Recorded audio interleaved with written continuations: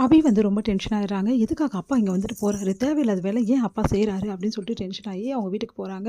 வீட்டுக்கு போனோனே, "வாம்மா அபி, ஏன் அபி இப்படிலாம் முடிவு எடுத்திருக்க? தேவையில்லாத வேலை ஏன் பண்ணிட்டுருக்க?" அப்படின்னு சொல்லிட்டு அவங்க அத்தைலாம் திட்டுறாங்க. "அப்பா எங்க அத்தை?" அப்படின்னோனே, "ஏம்மா என்ன ஏதாவது பேசணுமா நீ?" அப்படின்னு சொல்லிட்டு கேட்குறாரு. "என் பேச்ச தான் நீ கேட்கவே மாட்டேங்கிறியேன்னோனே, ஏன்பா இப்படிலாம் பண்ணுறீங்க? அங்கே வந்து எதுக்காக தொல்லை குடுக்குறீங்க? ராகவும் வந்து மதுவும் சேரணும் தானே நான் இவ்வளவும் பண்ணிகிட்டு இருக்கேன். கடைசியில நீங்க வந்து இந்த மாரி பேசினா நல்லாவா இருக்கு? இதெல்லாம் சரியில்லப்பா. நீங்க ஏன் வந்து கெஞ்சணும் அவங்ககிட்ட?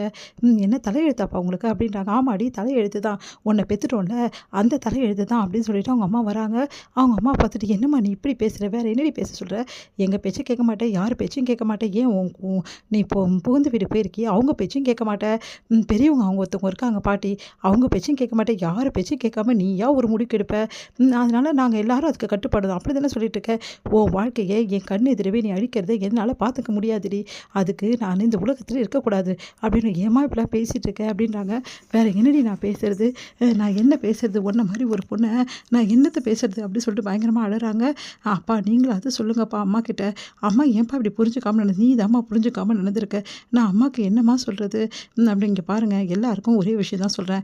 நாங்க 2 பேரும் டைவர்ஸ்க்கு அப்ளை பண்ணிட்டோம். கூடிய சீக்கிரம் எங்க 2 பேருக்கு டைவர்ஸ் கிடைச்சிரும்.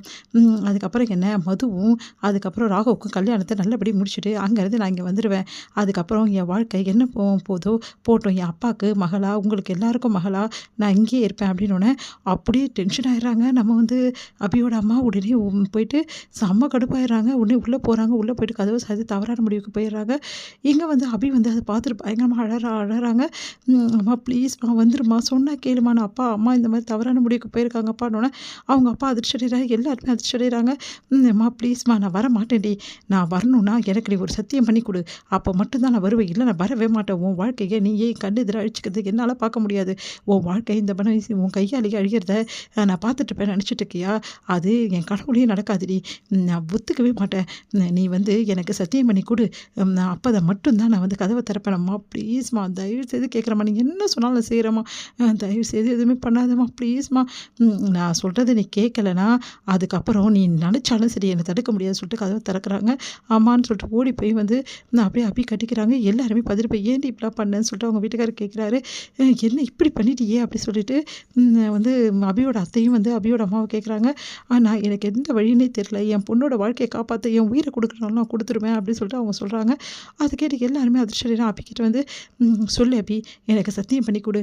நான் சொல்றத கேட்பேன்னு சத்தியம் பண்ணி குடு." அப்படின்னோனே அப்படியே அதிர்ச்சி அடைறாங்க. "அபி சொல்ல குடுக்க போறியா இல்லையா? இல்ல உன் அம்மா இந்த உலகத்த விட்டு போணுமா?" அப்படின்னோனே, "சரிம்மா சத்தியம்மா, நீ என்ன சொன்னாலும் நான் கேட்குறேம்மா, போதுமாம்மா." அப்படி சொல்லிட்டு அப்படியே சத்தியம் பண்ணி குடுக்குறாங்க. "இப்போ நான் சொல்றத மட்டும் தான் நீ கேட்கணும், புரியுதா? நீ அந்த கல்யாணத்த நிறுத்தணும். அந்த கல்யாணம் நடக்கக்கூடாது. உன் புருஷன் கூட தான் நீ வாழணும். நீ குடுத்துருக்கே டைவர்ஸ் பேப்பர் சைன் பண்ணியிருக்கல, டைவர்ஸ் நீ பண்ணக்கூடாது உன் புருஷன. நீ அங்க தான் இருக்கணும். முக்கியமான விஷயம், நான் வேற ஒரு பொண்ணுக்கு நல்லது செய்றேன், இவங்களுக்கு நல்லது செய்றேன்ற கதையே ஓட்ட வேணாம் நீ. நீ ராகவ் தம்பி கூட தான் வாழணும். எனக்கு சத்தியம் பண்ணி குடு. நீ சத்தியம் பண்ணி குடுத்துருக்க. அத வந்து நீ மறந்த, அப்புறம் நான் நல்லவளாவே இருக்க மாட்டேன்னோனே." அழறாங்க. அபி தாங்க முடியல. "ஏம்மா இப்படிலாம் பண்ண? இப்ப நான் என்னம்மா பண்ணுவேன்? நான் எப்படிம்மா உங்ககிட்ட எல்லாத்தையும் சொல்லுவேன்? ஐயோ! நான் எல்லாத்தையும் சொல்ல முடியாத நிலமையில இருக்கேன். அம்மா வேற என்கிட்ட சத்தியம் வாங்கியிருக்காங்களே. இப்ப நான் சத்தியத்த காப்பாத்துவேனா? இல்ல வந்து மதுவுக்கு நல்லது செய்வேனா? ஒண்ணுமே புரியல எனக்கு." அப்படின்னு சொல்லிட்டு அழறாங்க.